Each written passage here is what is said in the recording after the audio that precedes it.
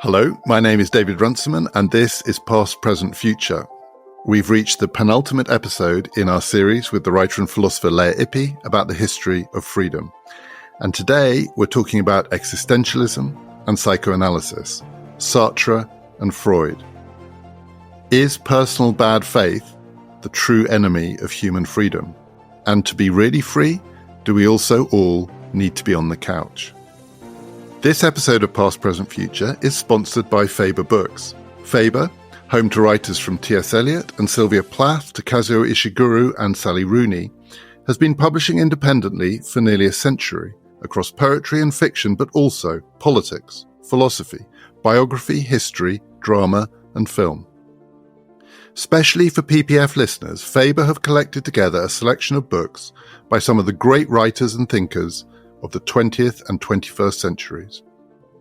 Just go to faber.co.uk/ppf, and there you'll find titles including James Shapiro on Shakespeare, Tanya Branigan on the Cultural Revolution, Gary Young on American Crises, Catherine Rundell on John Donne, Milan Kundera on Central Europe, and Matthew Hollis on T.S. Eliot. Exclusively for listeners to PPF, Faber are offering 20% off all titles. Simply head to faber.co.uk/ppf and use the code podcast in the checkout. And while you're there, you might also become a Faber member. It's free to join, and Faber members get access to beautiful member editions, a live and online events program, articles, book discounts, and more.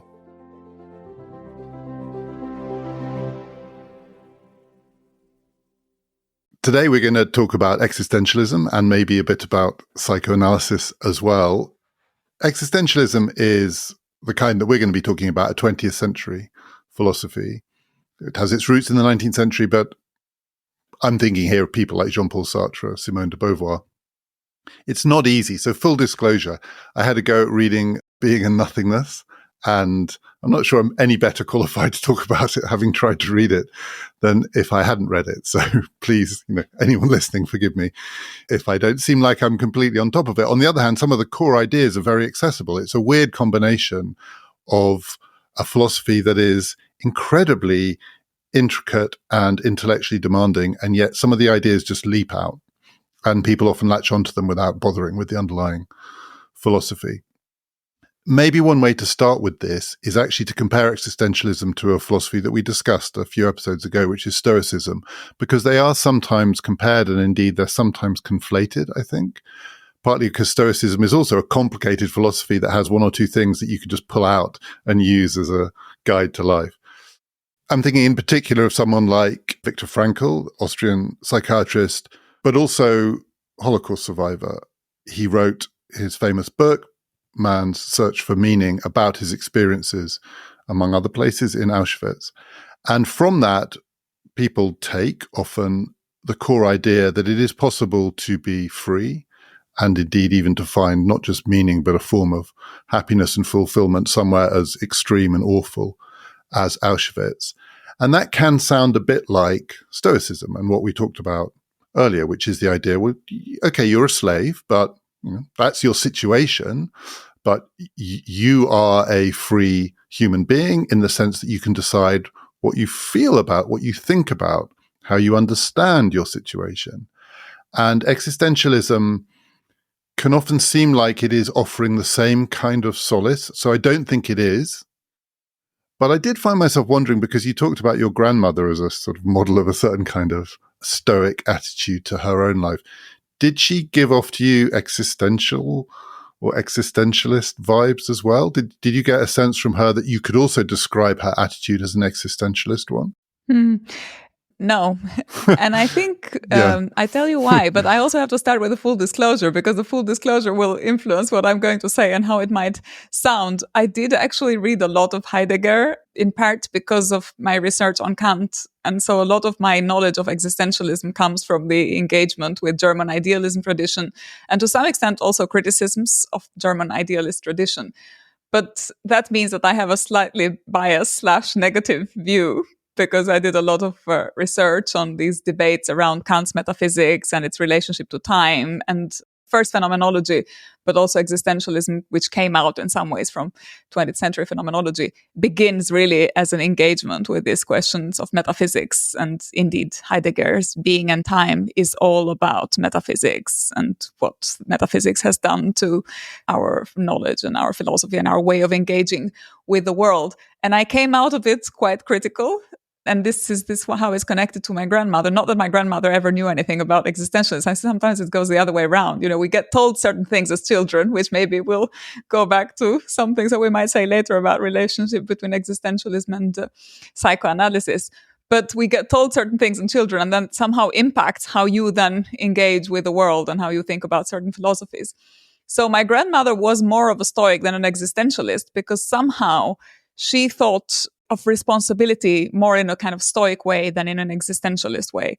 And I think although both of them obviously are philosophies that emerge from crisis and from a crisis of the world, and where there is this figure who tries to make sense of crisis and somehow needs to find inner strength, there is a different relationship to values as I see it, and in particular to the kind of value of the whole. It seems to me that Stoicism is still trying to think about value as an overarching structure in which the individual then has to try to find meaning and make sense of the world.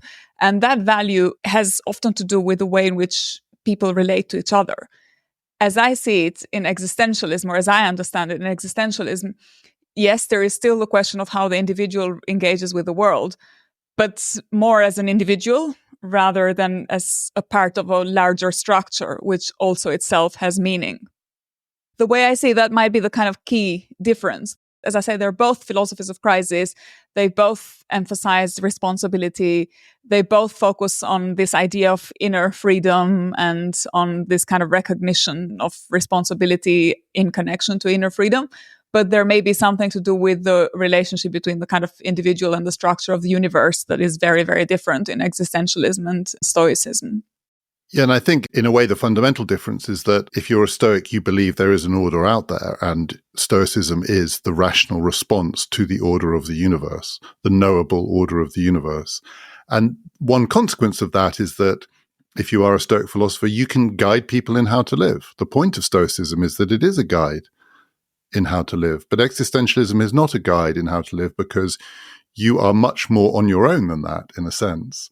It enables you to believe that it is possible for you as an individual to find your own value in a universe that doesn't have objective values out there that can be discovered or revealed by the use of reason or logic. I mean, Stoicism has a logic behind it. This is not accessible for an existentialist because it is bleak. There is no value there, and you've got to create your own. So it's a more radical philosophy in that sense. And I suppose in that sense also, therefore, it's more radical than the thing that your grandmother was embracing. It's also less consoling. I mean, Stoicism, weirdly, is quite a consoling. I mean, I think you said it before. It's a consoling philosophy. You may be a slave, but take heart. Maybe not the Viktor Frankl version, but the Jean-Paul Sartre version is not consoling. I mean, whatever else you might think about it, it warns you that it is utterly bleak out there. And it's going to take an awful lot of courage to find meaning in a world that is not going to give you any. Yeah, exactly. And maybe that's why I've sort of become increasingly suspicious of it as I became exposed to it. And I think it's... Do you think it's dangerous? No, I don't think it's dangerous. I just think that there is only so much you can do with this radically pessimistic approach to the world. And so, although I share the diagnosis and I share the critique of traditional authorities and conventions and consolidated values and the need to engage with all of that in a very, very critical way, I think then there has to be a point where the criticism becomes more constructive than existentialism really allows you for, in part because it has this very pessimistic view of human nature and of other people. And so that's where I feel the limits begin to emerge when you start trying to think about it. Okay, but how do you get out of this? And in fact, this is where I started with this discussion around Kantian philosophy, Heidegger's engagement with Kantian philosophy. There is at some point this famous debate that happens between Heidegger and Cassirer in Davos, the site of the Swiss, Davos. Yeah, the home of Davos man. The site of where the Davos Forum happens, but it's also, as you know, the site of where the Magic Mountain was played. and which is in its way also a kind of existentialist novel, in part also informed by these debates. But there's this famous debate in Davos between Heidegger and Cassirer, a neo-Kantian philosopher of the beginning of the 20th century. And it's a debate all about this, in a way, the concept of meaning and what meaning and metaphysics and Kant's engagement with traditional metaphysics. And there is a point where when I remember when I was reading this debate, I felt, okay, this is where I'm jumping philosophically. Am I going with Heidegger or am I going with Cassirer? And Cassirer, at some point, he puts this question to Heidegger. He says, look, all your philosophy, all your discussion around metaphysics and our human condition and so on, it's all about where we're coming from. It's about the origin. And okay, once you've given us this very pessimistic account of the origin and of the human condition, what are you going to do with it? And I'm thinking about where we're going, and you're stuck in where we were. And I felt that really captured why, in the end, I became so hostile to Heideggerianism and to all sort of philosophical currents that were in some ways informed by that. Because I felt, I'm interested in where this is all going. And so there is only so much that you can do with just digging on, okay, but, we're flawed and we're thrown with this very, very pessimistic account of human nature. I'm guessing, therefore, for that reason, you're also going to be suspicious of psychoanalysis. But let's come on to that a bit later. I don't want to second guess. No, actually, no. I'm much less suspicious of, in particular, Freud and sort of Freudian analysis, because I see psychoanalysis in many ways also as social analysis and as giving a really important contribution to social analysis.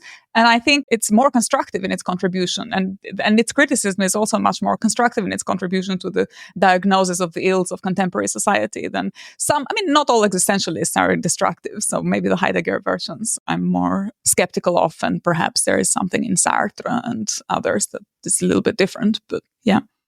Okay, we'll come on to psychoanalysis because I'm intrigued now to know how it's more constructive. But if we talk about, so we won't do Heidegger, let's do the Sartre version, not because we're going to get into the details, but to pull out. So I'm going to do the thing that I slightly criticize people for doing, which is to pull out a few ideas.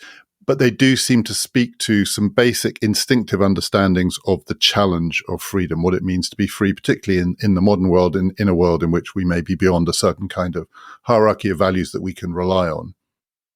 So one of them is the idea of bad faith, which I think, again, it's complicated, but it speaks to people. And it's based on a famous Sartrean idea, which is that existence precedes essence.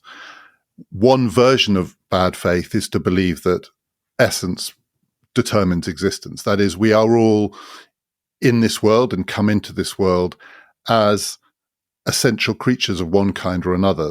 Not our identity, but our actual essence, what we are, how we would define ourselves, is given. And an existentialist would say it's not given.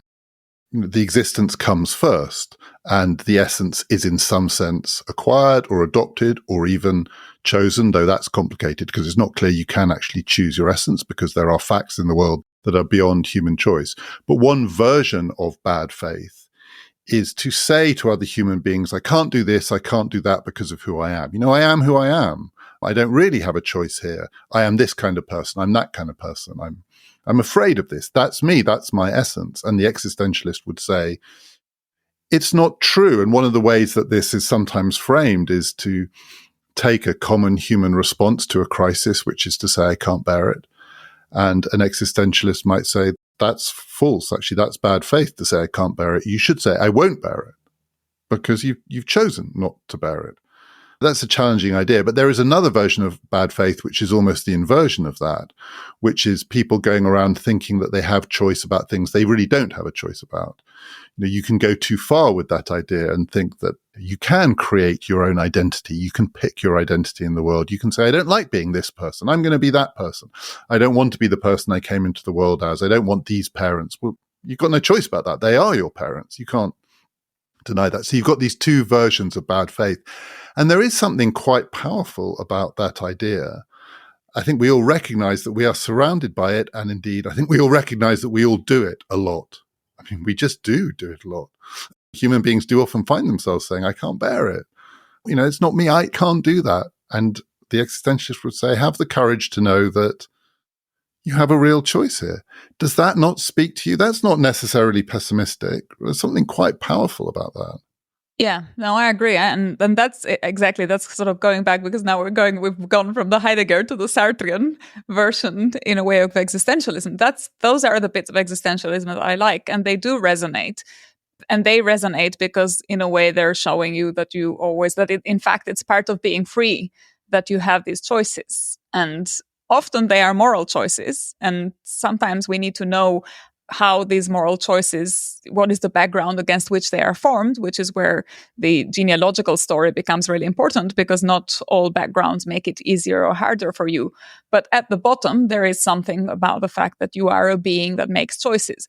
Now, what I'm more skeptical about is this idea that existence comes before essence, because in a way, and this was also part of the Heideggerian criticism of Sartre, he was saying to Sartre, look, you said existence precedes essence, but actually you've just replaced one kind of metaphysics with another kind of metaphysics, because you've made an equally strong statement about the types of beings that we are. And so the radical Heideggerian version, you would say, and that's where actually Heidegger ends up towards the end of his life, you can't say any of these things. And indeed, philosophy can't really give you any answers of that kind. And so you have to look elsewhere, to literature or art or some other types of expression. So this is where I see, in a way, there is a tension in existentialism. And going back to the comparison with the Stoics, that's also where the difference with the Stoics are. The Stoics would say essence precedes existence. And so there is an order there. There is a right way of thinking about the world in which our choices individually would fit. And I think I agree with that. I think there is a way of thinking about the world there is a kind of essence of morality there. How you cash that out and how you think about the relationship between psychological, social, moral influences and impulses, and the complexity of the human, psychological complexity, normative complexity. That's all to be discussed. But the bottom line, I think, if you're going to say, look, you do have a choice, that choice has got to have something to do with the kind of beings that we are, namely beings that have choices. And so that is an argument about essence, I think, at the end. But to say that we're beings that have choices, that could be reduced to something that is, again, constraining. I mean, there is a version of existentialism where it kind of says to people, you have to fit this mold. It's not enough to go about in the world as though you were a being that doesn't have a choice, because that's not who you are. You actually are this other kind of thing. And as you said, actually, I think people's circumstances do really vary. It's a bit like the criticism I made of Stoicism, which seems to me Stoicism is a good philosophy if you're lucky enough to be in circumstances where you can adopt it. There are many circumstances in which you can't. There are facts about the world, not just that there is a moral order to the world, but there are basic facts about the world which limit the way in which human beings can experience things, the ways in which human thinking can adapt. We are constrained by our circumstances. And part of the challenge of existentialism, as I see it, is that it's both very appealing, but also it's really hard. I mean, it's very difficult to tread this fine line between, as you suggest, you could just replicate the thing that you're meant to be attacking and saying, right, I'm replacing this essence with the new essence. The new essence is to be this kind of Sartrean human being. And that's not going to work. But it also can't be as radically liberating as someone saying we all just create it for ourselves, that we're all able to invent or conjure up an essence for ourselves because existence precedes essence.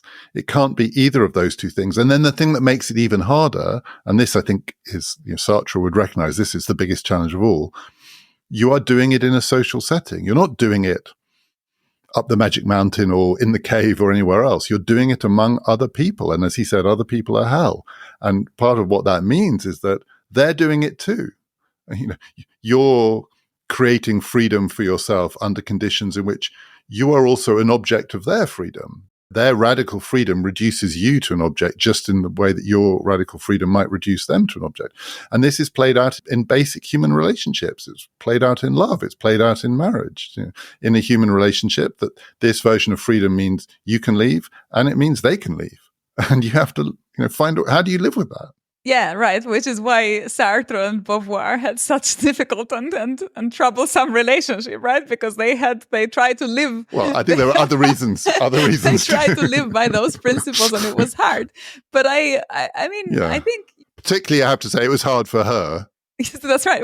Then maybe that may exactly have to do with the fact that, your essence in some ways does have a role to play in how you then think about your existence. And so maybe and in part because there are all these factors that influence how we think. And so maybe he was more liberated than her also for a structural reason, which I think she was probably aware of. And it's interesting that even though she was aware of it, she still struggled, right? Because she was still determined by those choices that society had made for her, and that therefore conditioned how she thought about certain things. So I think that's all to show that actually in their own relationship, in their own personal lives, where they try to live by those commitments, they struggled, and the difficulty illustrates, I think, what you were trying to say.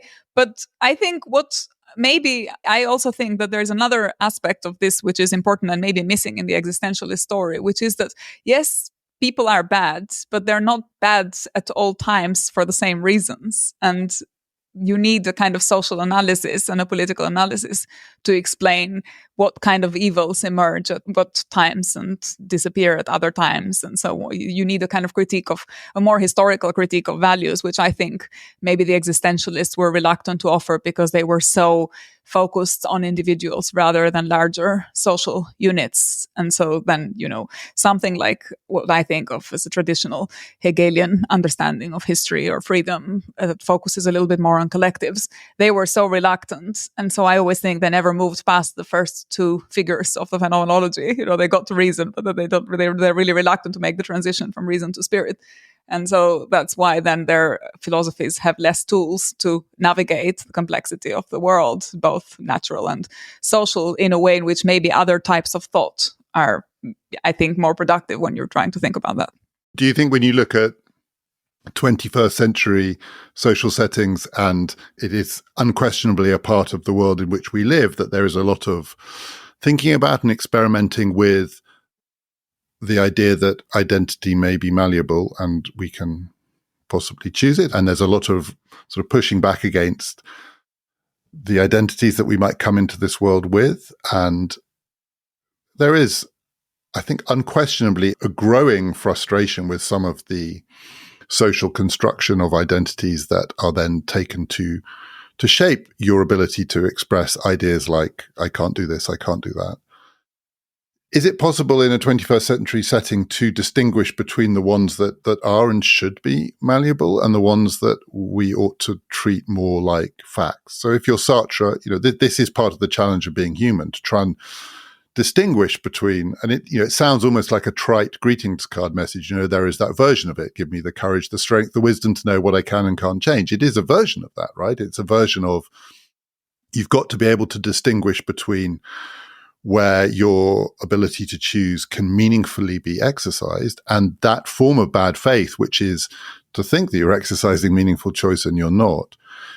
Do you think in a 21st century setting we have the tools, we have the ability to distinguish between the identities, the essences that are within our power to choose and the ones that aren't?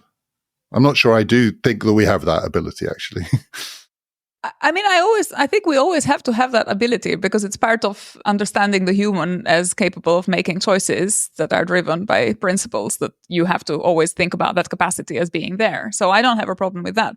For me, the question is more that there are types of thought that enable you or constrain you in exercising those choices. And so just when you say, look, you always have the choice, it doesn't mean that the choice is easily made by anyone in any context for whatever reason. There are also social and political constraints on choice. And that's why sometimes, and this is maybe where, again, when I was thinking about the more promising aspects of existentialist philosophy, I think Sartre and de Beauvoir understood that there is also an important collective element in articulating the ability to make those choices. Or if you're engaged as part of a collective that is trying to change certain things, that makes it easier because it motivates you morally in a way that you might not be as morally motivated. Whereas I think where we are now, what I think is difficult about the times in which we live is that it's very undialectical. We either think of the humans as having choices, which is a lot of the neoliberal or capitalist ideology about, you can do whatever, you can be what you want, empowerment, self-help, all these theories of, it's all you need to do is to want something really hard and then you can do it. It's fine. It's in your power, which is very centered on the individual and doesn't really consider social constraints on the one hand. And on the other hand, the idea of complete paralysis and this notion that you completely a slave of the circumstances and you can never emerge beyond them because, someone is always trying to obstruct you. And so there's always some social constraint on your ability to exercise your freedom. And I think what we're missing is something that goes from one to the other. So this capacity to actually be able to move from the idea that you're all constrained by social relations or by politics or different ways of understanding that. And this idea that you're actually always free and you could do whatever you like, because it turns out some people can do whatever they like more than others, as you said. And I think what the existentialists, as I say, in particular Sartre and then de Beauvoir, and maybe Camus to some extent as well, what they emphasized was also this idea that if you're part of a collective that is trying to change things, that makes it easier for the individual. And this is where his notion of committed art and, engagement and this importance of being engaged in the world all came from. And I think we've maybe lost that more. Engagement now always means being engaged with your own ideas and with your own thoughts. And it's a very, very different kind of engagement from how it was understood back then. So what you described sounds like that we are living in the age of bad faith, right? Those are the two examples of bad faith that you've just described. So one version of bad faith is the promise of liberation through self-help, through forms of fulfillment that you can acquire for yourself. It makes the world seem more malleable than it is, and it makes the human condition seem more malleable than it is. Most of the promises of self-help are false. They are offered in bad faith. And then on the other hand, that powerlessness, that's the other side of it. That sense that you can't replace the word can with the word will, or the word can't with the word won't, more to the point. Can't do this, can't do that. I'm trapped. I am trapped in my essence. I am who I am, and I am part of this thing which doesn't allow me a way out.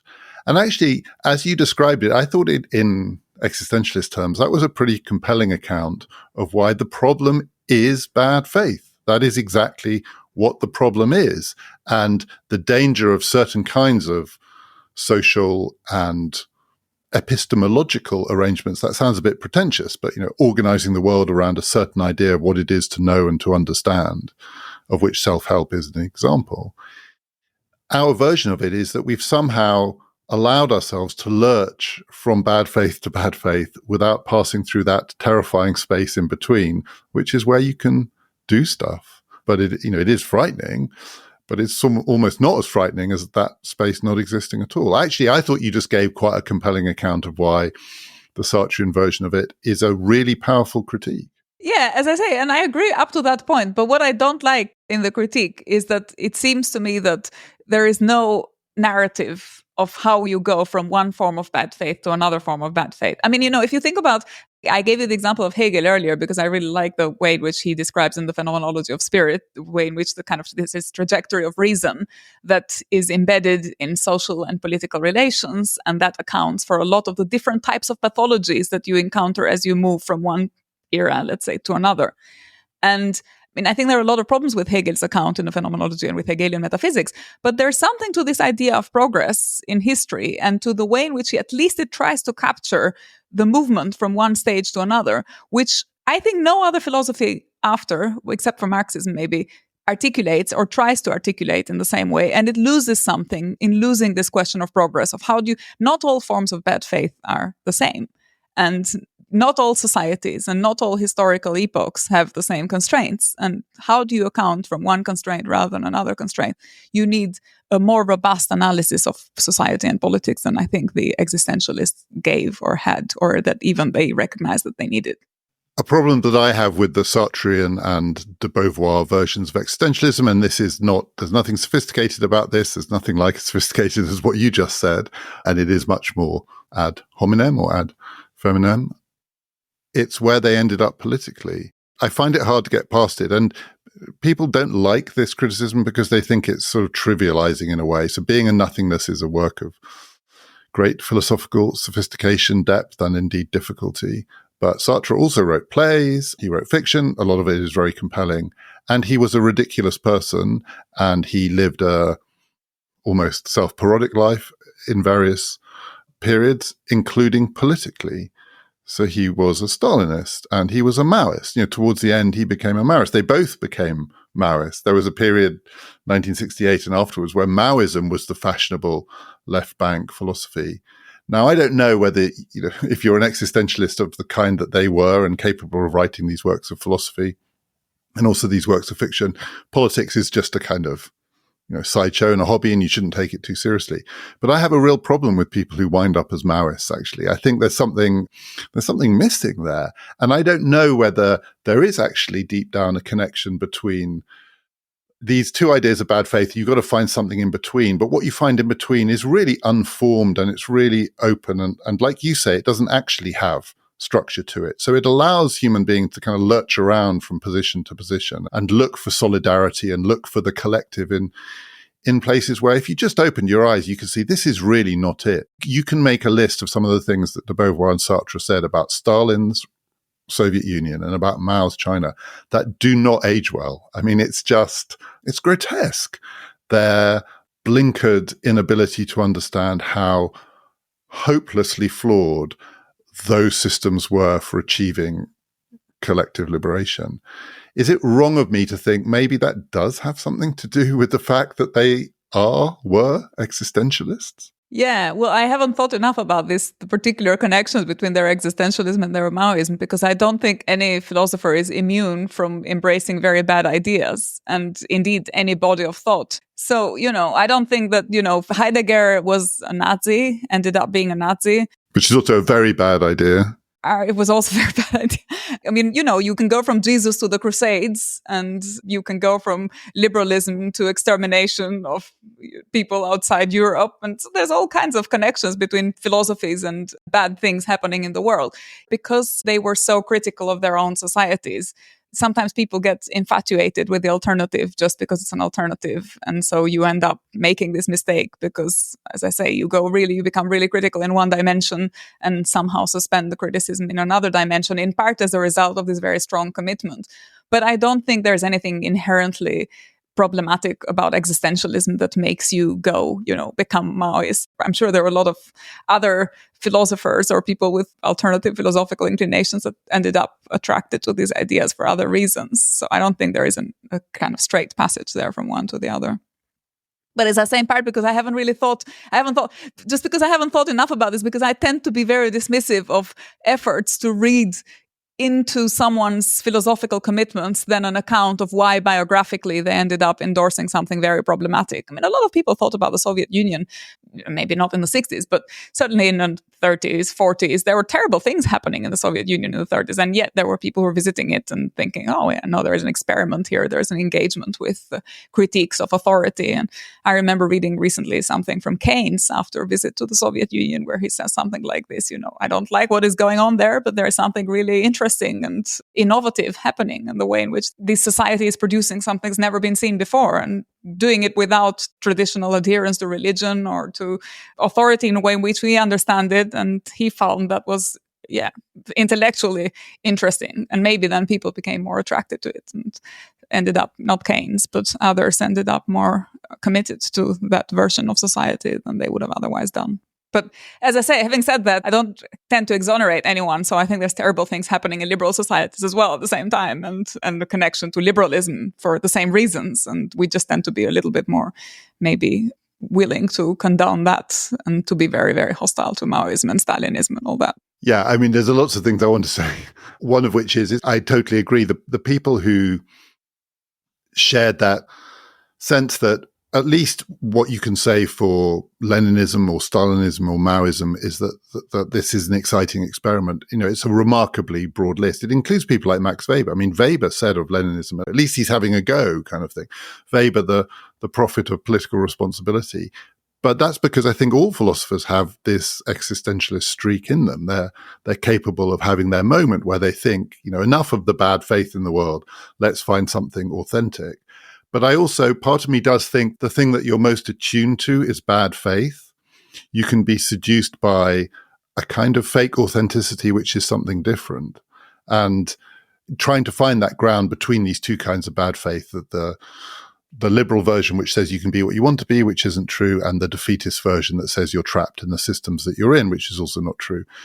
What you're drawn to is these hyper seemingly authentic versions, because it's not bad faith. The reason it's not bad faith is I actually think it's worse than bad faith. It's just a lie, which is something. But there are authentic versions of everything that can be presented to you. There is an authentic version of a liberal capitalist society that we've never seen before, a kind of libertarian ideal whereby you might find some place in the world that offers you that authenticity and be willing to just accept that, or indeed do things politically, commit to doing certain things, which is indeed what I think a lot of liberals in the 19th century were doing, where they thought, okay, it's fine to go out there and just tell these people what they need to do to create functioning commercial societies. And if we just have to kill a few people, it'll be fine. I mean, that's a kind of authenticity that they're in search of, the authenticity of this ideal that produces welfare for everyone. And if only they just see it. And that's an authenticity that I think is, again, in the future, but in the name of which you're then prepared to accept or to legitimize a lot of bad things happening in the present. And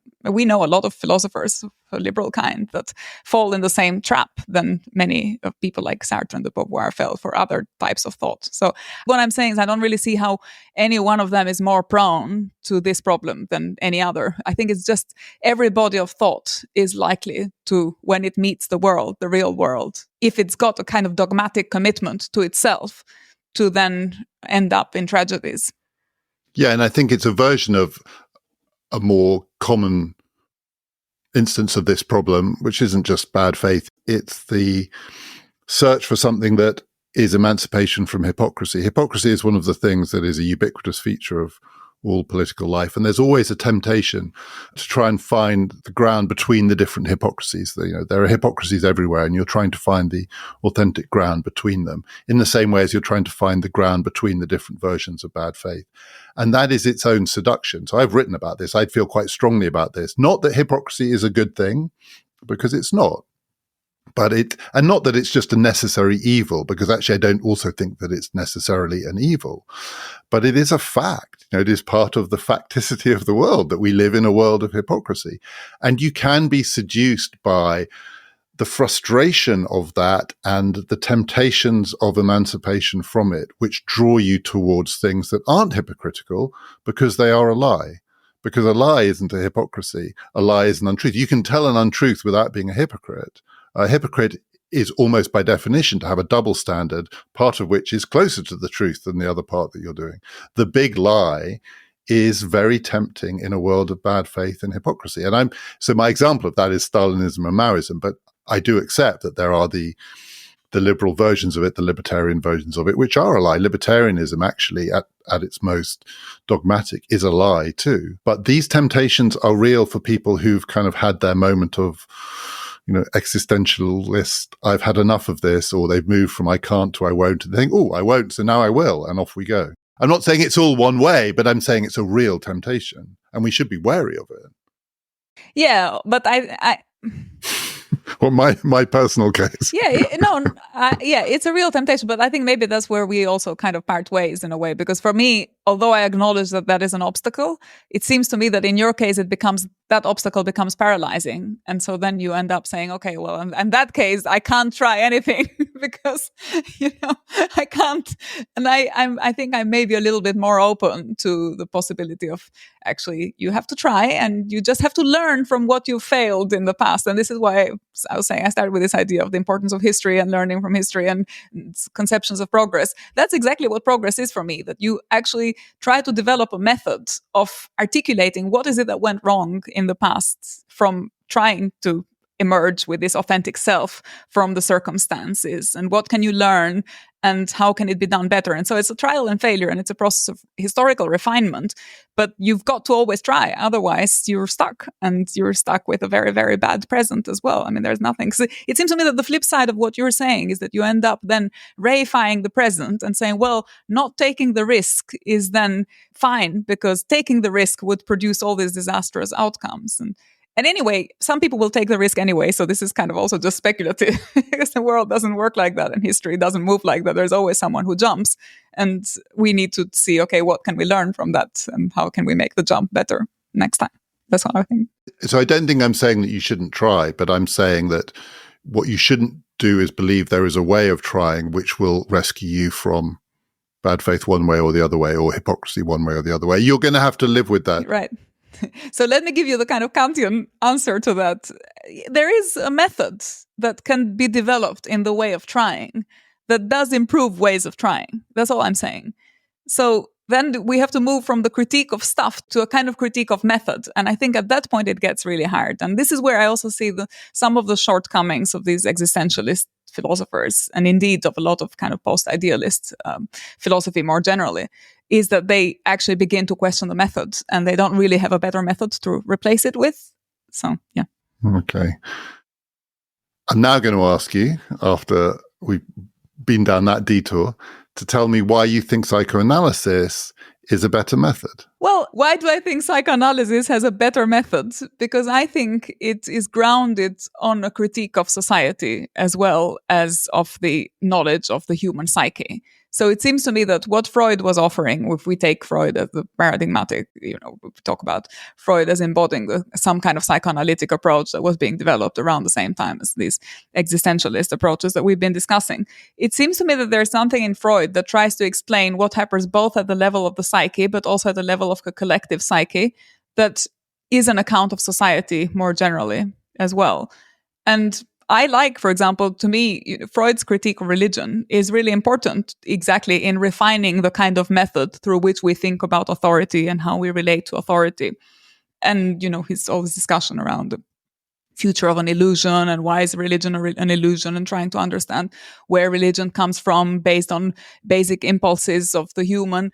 All of that, I think, gives a kind of contribution to a scientific understanding of our development, both at the individual but also at the collective level, which then, in combination with other approaches from other sciences, economics, history, sociology, philosophy, together is a bit more productive, maybe, than just insisting on this bad faith that seems to repeat itself and always repeats itself in the same form. So it seems to me that it just has a little bit more substance somehow.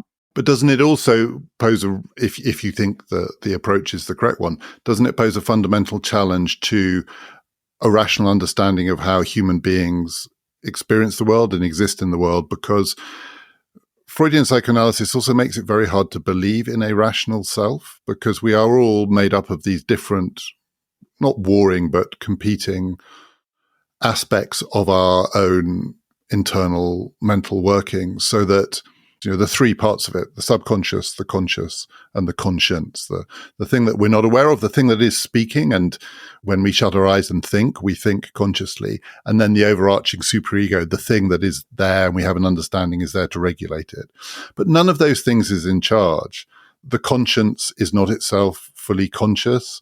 Consciousness is always at the mercy of the subconscious, but the subconscious can't take charge because the subconscious is subconscious. So it's, by definition, even if it may be determining the outcome of your conscious thought, it's not itself the agent of consciousness.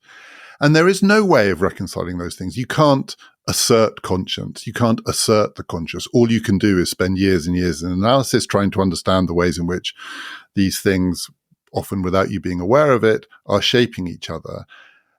Doesn't that, if it's true, make the things that you believe in harder, including rational self-consciousness?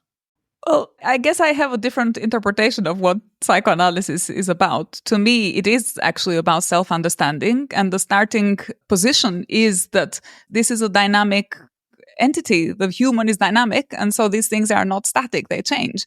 What would be the point of psychoanalysis if we were to believe that none of this can ever change? What would be the point of trying to bring them to the surface and trying to change the balance between these different aspects of I call it the soul, because I like the fact that there is this overlap between the Platonic theory of the soul and the Freudian one, even though they're thousands of years apart. They're actually something about the way in which you think about the human mind, which is, there's logos and there's this intermediate thing, and then there's the appetites or the instinctual part, and something, Plato said something like that in the Republic, and I think, and in other works as well. But the basic point, as I understand it, is that this is a dynamic whole, and it's important to know the different elements and to think about the mastery and the relationship of these different elements. And that's what learning and knowledge offers. It's the capacity to relate these elements to each other in different ways, and possibly with greater emphasis on one rather than the other. The more we know about it, both at the individual level and at the collective level, the better we will be able to engage with ourselves as humans in our particularities and in our identities, but also as a species. So I think maybe I have I don't know if it's a more optimistic account of what analysis is for or psychoanalysis is for. But I think, and one of my criticisms of psychoanalysis is that it deals too much with the individual level. And I think what we need is really social psychoanalysis. One of the reasons why I actually don't have a therapist is that I always think I need Albanian level analysis. So if you come from a traumatic context or traumatic country, it's not enough to have individual psychoanalysis. You need people who are experts and trained in having psychoanalysis for collectives. And so if they can't provide that, then it's really hard to understand what's going on in someone's psyche, because they are also shaped by these greater social factors. But bracketing all of that, what I'm saying is that I think there is an account of psychoanalysis that says the point of it is also to, in a way like these other philosophies that we've just been discussing, to enable you to develop and to be a better person, a better human, and to have a better life and to have more control over your emotional or instinctive, or however we want to define them, parts. And I think that's maybe a little bit different from how you described it, but I don't know if any analyst would actually agree with this, because I don't know. As I say, I've never met them. So on a one-on-one, so I don't know what they'll say about this. I remember going to a talk many years ago by a psychoanalyst who'd written a book. It's called Stephen Gross, I think. And he'd written a book called The Examined Life, which is, among other things, a pun on Socrates. The unexamined life is not worth living. The examined life is, the examined life for him was being on the couch. He had spent 40 years having his clients examine their lives with him. And he said the central lesson that he took from this experience was that all human beings want to change, so long as it doesn't mean changing, in the sense that you can indeed help them to understand, in the way that you described, the possibilities of change and the ways in which the different parts of the psyche relate to each other. And you can be trapped by reifying or essentializing those relationships and thinking, I can't, because this is who I am. But actually who you are is much more contingent than that, because it's a set of relationships between different parts of yourself.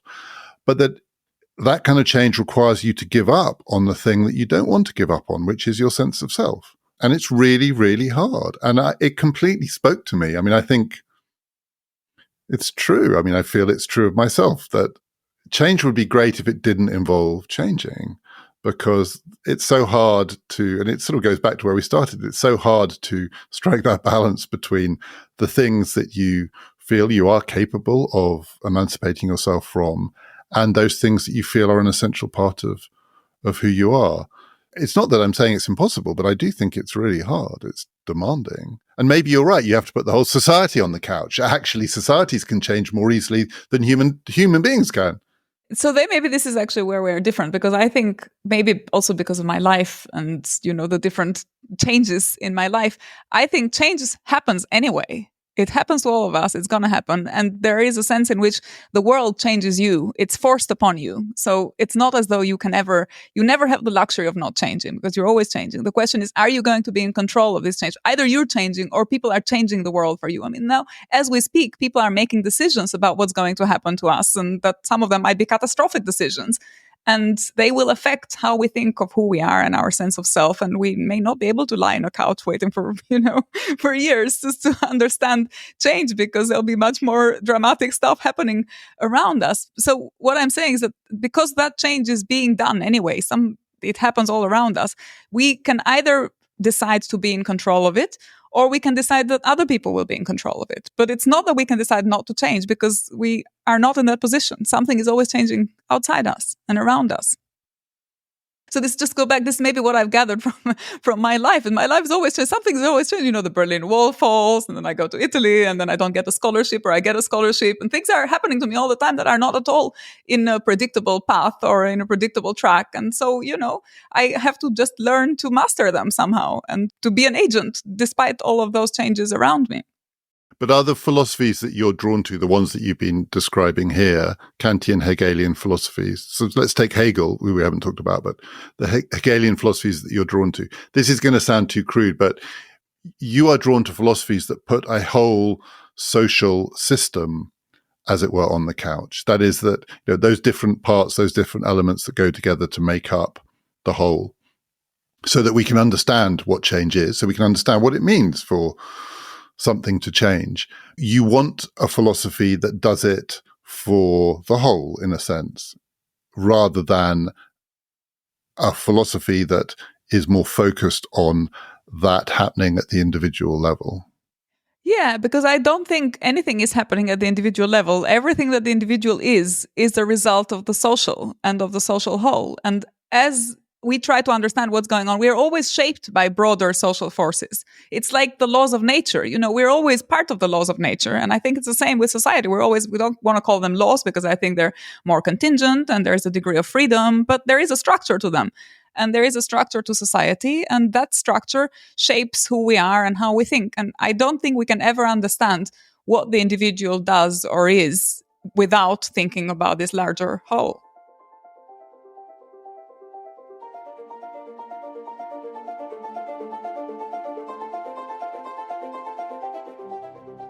Next time, it's the last episode in this series about the history of freedom. And for the final episode, I'm talking to Lea about liberation movements. Women's liberation, gay liberation, animal liberation. What comes next? Do also sign up for PPF Plus, and you will get the bonus episodes that accompany this series. In them, Lea and I are going to be trying to answer some of your many questions that we've had, and also we're going to be talking about freedom in the age of AI and robotics. Do also follow us on Twitter at PPF Ideas and on Instagram at PPF Ideas, and you can see some of the now many video clips that we've posted that go with this series. This has been Past, Present, Future, brought to you in partnership with the London Review of Books.